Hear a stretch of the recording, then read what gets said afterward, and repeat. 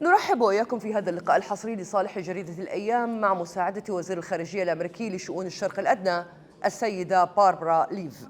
أهلا وسهلا بك. First of all, I'm going to start with the U.S. participation in this event, how you view it. So it's a great opportunity for us every year. We always bring a pretty full interagency delegation from State Department, White House, Department of Defense, and it's one of the best events of the year, frankly, to talk about all of the urgent national security issues of the day. So I find that the relationship is strong and vibrant, and a reflection of that, in fact, is the accord, CICIPA, which is really there to elevate ongoing strands of cooperation in the defense, economic and trade and technology realms, lift them up, bring them together in a more coordinated fashion. And I think another measure of the vibrancy of the relationship is the degree to which we have our senior officials going back and forth. His Royal Highness, the Crown Prince, was in Washington in September, of course, for signing the accord. And then, of course, Secretary Blinken found it really important to stop through Bahrain on his most recent regional tour. U.S. play a very strong role in this region to make the peace, and I believe encourage the peace. And now we see there is war in the Middle East. I'm not going to talk about exactly the war, what's going on there, but I'm going to just focus in the period after the war. How do you view the U.S. position, especially? So I want to say a word about this moment in time during the conflict, because it's really important for me to get across to you and your readers what we're doing here and now.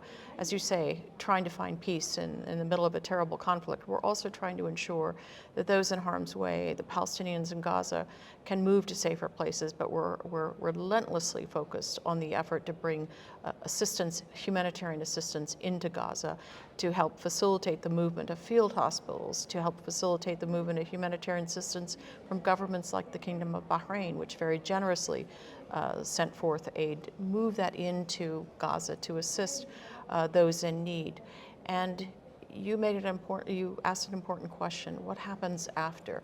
Look, I think Secretary Blinken put it very clearly in Tokyo at the G7 ministerial recently. There are things that we are working against, and there are things that we are working for. And I would say the following: these are the principles that frame our diplomacy now in this terrible moment, and will frame the efforts moving forward. There will be no displacement of Gazans, no displacement of the Palestinian people from Gaza, no taking of territory, no besieging of Gaza, no fomenting of terrorist attacks from Gaza over the heads of the people of Gaza. Now, what are we trying to move towards? In the period post-conflict, what we want to see is Gaza and the West Bank, which belong to the Palestinian people, move back together and govern as a whole, governed by the Palestinian Authority, because we believe Palestinian voices and aspirations should be at the heart of governance. And as importantly, looking forward, the other thing that is clearly the unresolved issue is Palestinian statehood. And that's something that we will work assiduously to foster the conditions, the roadway to that, collecting up the efforts and the energy and the partnership of countries like Bahrain in that effort. My last quick question about also after the war.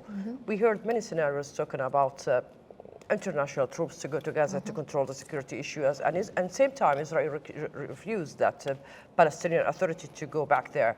So there is any role to encourage Palestinian side to take authority in Gaza? So again, I think it's quite important to think about the Palestinian government, the Palestinian Authority, as the logical partner that will eventually bring governance and security to Gaza.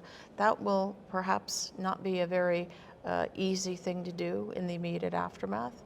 We will talk to the Palestinians about this. We'll talk to other partners to get ideas.